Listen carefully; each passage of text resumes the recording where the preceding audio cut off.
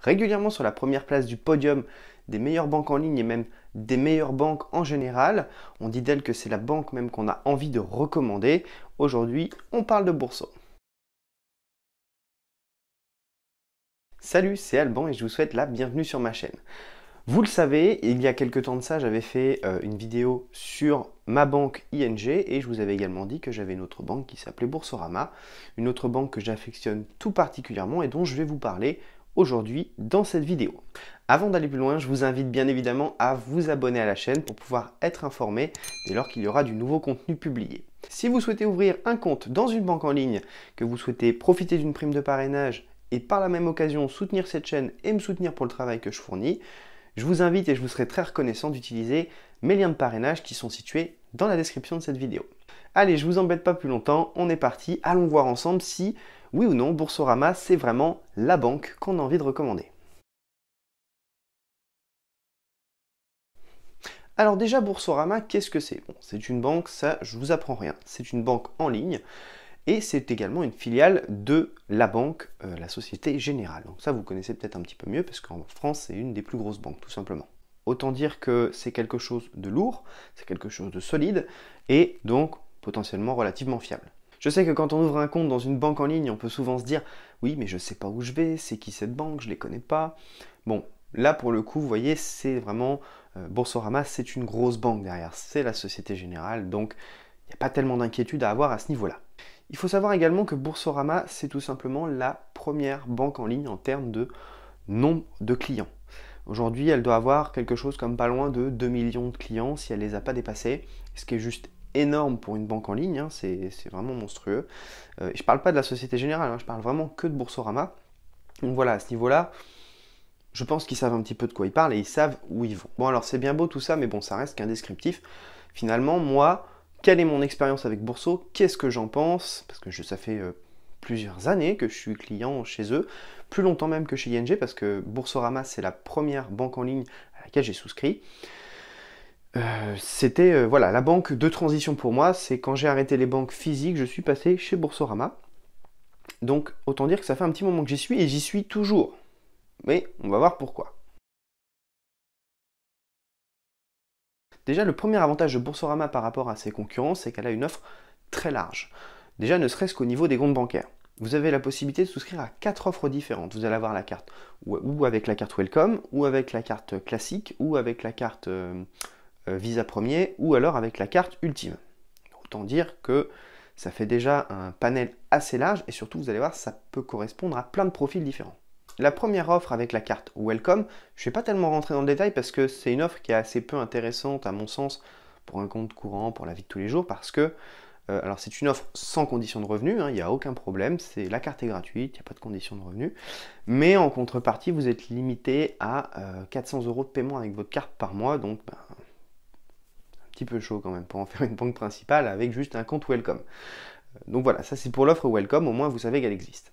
La deuxième offre, c'est l'offre classique. L'offre classique, c'est un petit peu, si vous voulez, au niveau des, de la carte, ça va être ce que vous allez trouver dans les autres banques de manière générale. Sauf que là, évidemment, la carte est gratuite. Elle est gratuite à partir du moment où vous arrivez, ou au moment de votre ouverture de compte, vous justifiez de 1000 € de revenus tous les mois. Donc, autant dire, c'est accessible déjà à beaucoup de monde parce que 1000 € de revenus, c'est finalement un petit peu, c'est le SMIC, quoi. Donc, globalement, c'est assez accessible. Tout en sachant évidemment que la carte reste gratuite après. C'est pas parce que vous avez des périodes, comment dire, où ça fluctue, contrairement à ING par exemple. Si vous avez par la suite des revenus qui baissent un petit peu, on va pas vous prélever parce que vous avez des revenus qui ont baissé. Ça, je sais que c'est le cas chez ING. Si vous n'avez pas vos 1200 € qui viennent tous les mois, et ben la carte Gold, on vous la facture. Chez Bourso, en tout cas pour la carte classique, c'est pas le cas. Donc vous justifiez soit 2000 €, 1000, hein, pas 2000, de 1000 € de revenus mensuels, donc avec des bulletins de salaire, soit vous avez 2500 € d'encours, et là vous pouvez donc avoir cette carte gratuitement. Donc voilà, l'offre classique, c'est finalement ce qui va convenir aux 3/4 des besoins pour les 3/4 des personnes, et ça c'est vraiment intéressant parce que pour le coup elle est vraiment accessible en comparaison avec d'autres banques. La troisième offre, c'est l'offre premier. Assez basiquement, si vous voulez, c'est ce que vous allez trouver en carte premium chez les trois quarts des banques. C'est une carte Visa Premier, vous avez l'équivalent d'une Gold Mastercard, avec des services assez similaires, des assurances assez similaires. Le tout est accessible à partir de 1800 € de revenus tous les mois, donc pareil, à l'ouverture de compte, ou alors 5000 € d'encours. Donc ça reste relativement raisonnable, parce que malgré tout ça reste une carte premier, donc voilà, ça peut être intéressant. Et de toute façon, si vous ne pouvez pas avec cette carte-là, vous allez voir, l'offre d'après, elle est vachement intéressante. La dernière offre, et personnellement c'est celle que je trouve la plus intéressante, en tout cas chez Bourso, c'est vraiment la carte ultime. La carte ultime, c'est quoi? C'est une carte qui ressemble en quasiment tout point à la carte premier, avec des assurances très similaires, pour ne pas dire identiques, sauf qu'elle est accessible sans condition de revenu. Donc ça, c'est vraiment très intéressant. Mais là, par contre, il va falloir que vous l'utilisiez une fois par mois. C'est rien du tout. Hein. C'est pas 1200 € comme chez ING, c'est un paiement par mois avec la carte et c'est OK. Alors, il y a quand même des petites différences par rapport à la carte premier. Par exemple, la carte premier, elle va être à débit, il y a possibilité de l'avoir en débit différé. Je crois qu'elle est en débit différé même. Alors que la carte ultime, elle est à autorisation systématique. Donc elle va toujours vérifier que vous avez ce qu'il faut sur votre compte pour que ça fonctionne, pour en tout cas que le paiement ait lieu. Et la deuxième chose, c'est que les autorisations de découvert sur la carte ultime sont plus petites. D'un autre côté, c'est assez normal parce qu'autant la carte premier, on vous demande de justifier d'un certain 2800 € de revenus, alors que la carte ultime, on ne vous demande pas de justifier tout ça, donc c'est normal que vous ayez des autorisations de découvert plus petites. Néanmoins, vous avez quand même des autorisations de découvert, et ça c'est cool. Enfin, pour les personnes qui voyagent, cette offre est tout aussi intéressante que la Visa Premier, parce que tout comme l'offre avec la Visa Premier, vous n'avez pas de frais à l'étranger, que ce soit sur les paiements ou les retraits, donc ça c'est super cool. Enfin, ça je voulais en parler, même si ça ne fait pas vraiment partie des offres, il y a la possibilité d'ouvrir un compte pour les enfants, pour les moins de 17 ans. Chez Boursorama. Et ça, c'est super intéressant parce que vous allez pouvoir non seulement leur ouvrir un compte, mais avoir l'œil dessus. Et c'est très très bien pour commencer à apprendre justement à nos enfants à gérer un budget, à gérer leur argent, etc. Tout en ayant toujours, nous, la main dessus et en ayant un œil dessus, parce que sur votre tableau de bord perso de votre compte bancaire, vous allez pouvoir accéder justement et avoir un visuel sur les dépenses de votre enfant et ce qu'il fait avec sa carte. Voilà. Donc j'ai trouvé ça super intéressant pour les parents, sachant qu'il y a très peu de banques en ligne qui font ça aujourd'hui. Vous l'avez compris, chez Bourso, il y a vraiment un panel super large de possibilités. On peut vraiment, il y en a un petit peu pour tous les budgets. Donc ça, c'est vraiment cool. C'est une banque qui essaie de se rendre la plus accessible possible, quand d'autres essaient au contraire de freiner au maximum à l'entrée avec des conditions de revenu minimum parfois un petit peu abusées à mon sens. Enfin bref, voilà. Pour le coup, c'est vraiment ouvert à tous. Le premier avantage, à mon sens, ce sera aussi un inconvénient pour d'autres, mais bon, c'est que tout est en ligne et que tout est super rapide et facile à faire. L'ouverture de compte est super simple.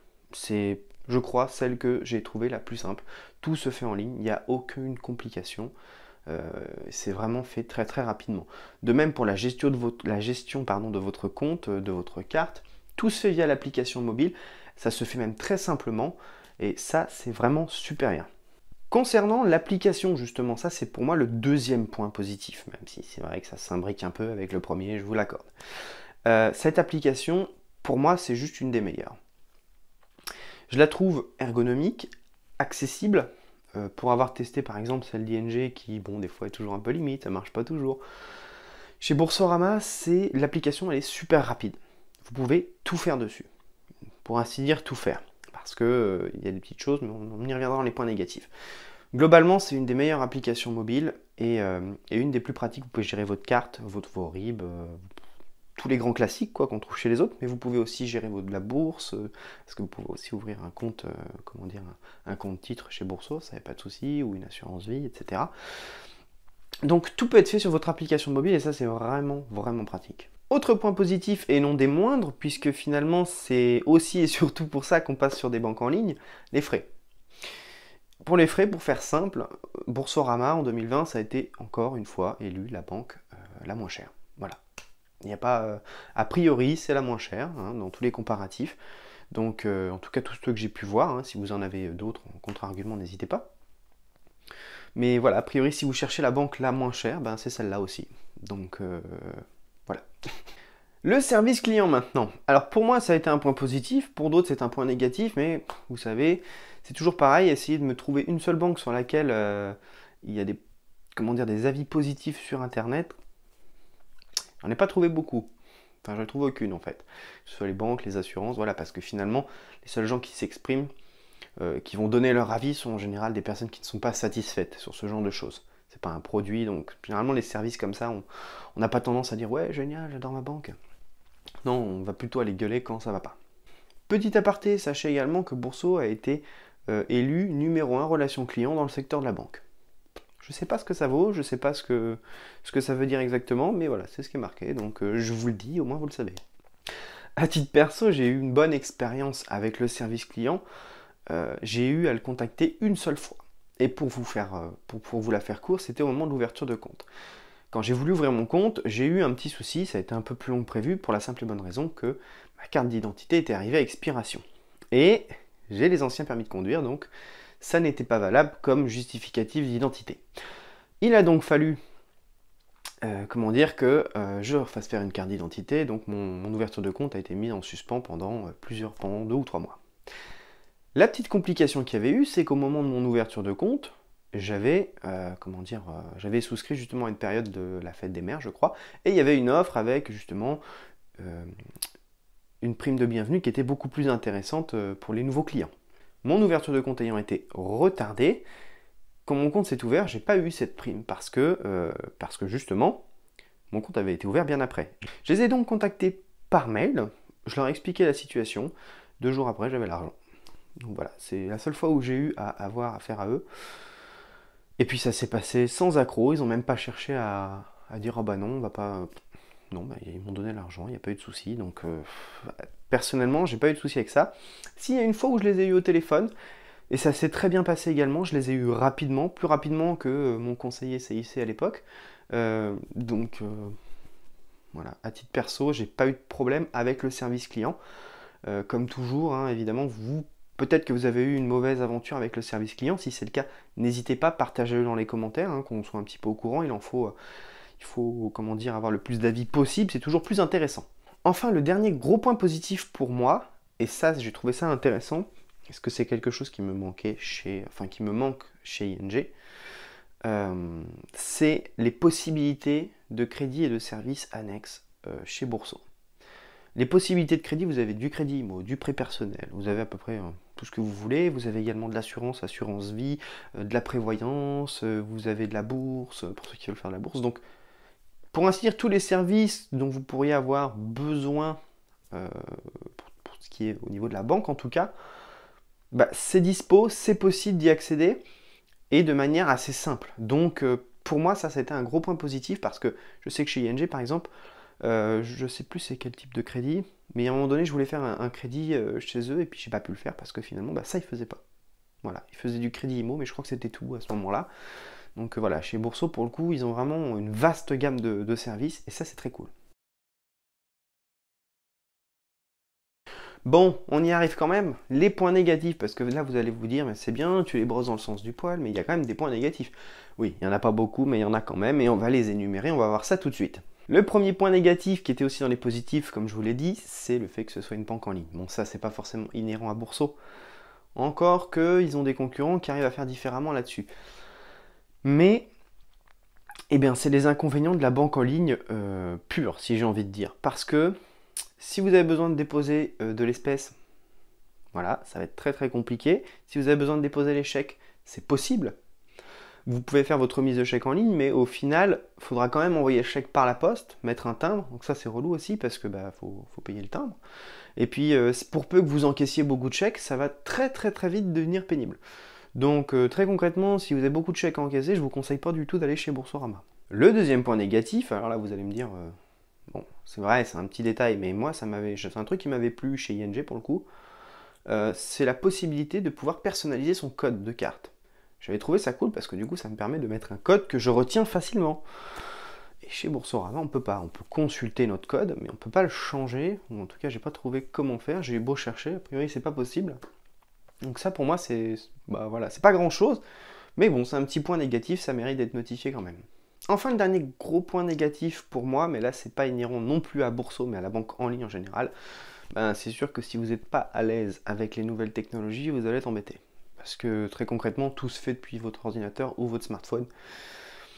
Donc vraiment, c'est pas le bon plan si vous avez besoin comment dire, si vous aimez bien avoir votre conseiller pour faire les choses et tout ça. Le service client est très joignable, beaucoup plus joignable qu'une banque traditionnelle. Hein. Je vous mettrai les horaires, je sais pas où.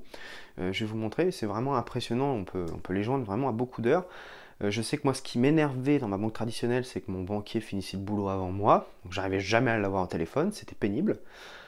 Là, pour le coup, même le samedi, vous pouvez les joindre, il n'y a pas de souci. Donc, voilà, ils sont assez accessibles là-dessus. Mais tout ce qu'il est possible, en général, de faire sur l'application, si vous faites appel au conseiller pour le faire, ça va, en général, vous coûter quelque chose. Parce qu'on estime que vous êtes capable de le faire, vous avez la possibilité de le faire, en tout cas, avec votre smartphone ou avec votre ordinateur. Donc, si vous n'êtes pas très très débrouillard là-dessus, clairement, vaut mieux pas penser à la banque en ligne. Alors, Bourso, est-ce que c'est la banque qu'on a envie de recommander? Eh bien, pour moi, ce sera un grand oui. Ben, ça, je pense que vous l'aviez compris. Ce sera un grand oui parce que, en termes d'accessibilité, c'est top. Alors, ce sera un grand oui si vous n'avez pas de problème de chèque, etc. et que vous n'avez pas de souci avec le fait de tout gérer vous-même. Mais si ces deux trucs-là, c'est ok, bah foncez, j'ai envie de vous dire, parce que elle est pas chère, vraiment pas chère, hein, on l'a vu, c'est la moins chère du marché aujourd'hui. Elle est très accessible à tous les revenus, pour ainsi dire, ou presque. Et que ce soit en termes de qualité de service ou de possibilité, elle est au moins aussi bonne que ses concurrents, voire meilleure sur d'autres points. Donc vraiment, vraiment, il y a beaucoup de bonnes choses avec Boursorama. On arrive à la fin de cette vidéo, c'était vraiment un avis personnel. Si vous avez aimé, n'hésitez pas à laisser un petit pouce bleu, ça me fera toujours plaisir hein, et ça me permet de me soutenir également. Je le redis encore, c'est un avis très personnel, c'est mon expérience avec Boursorama.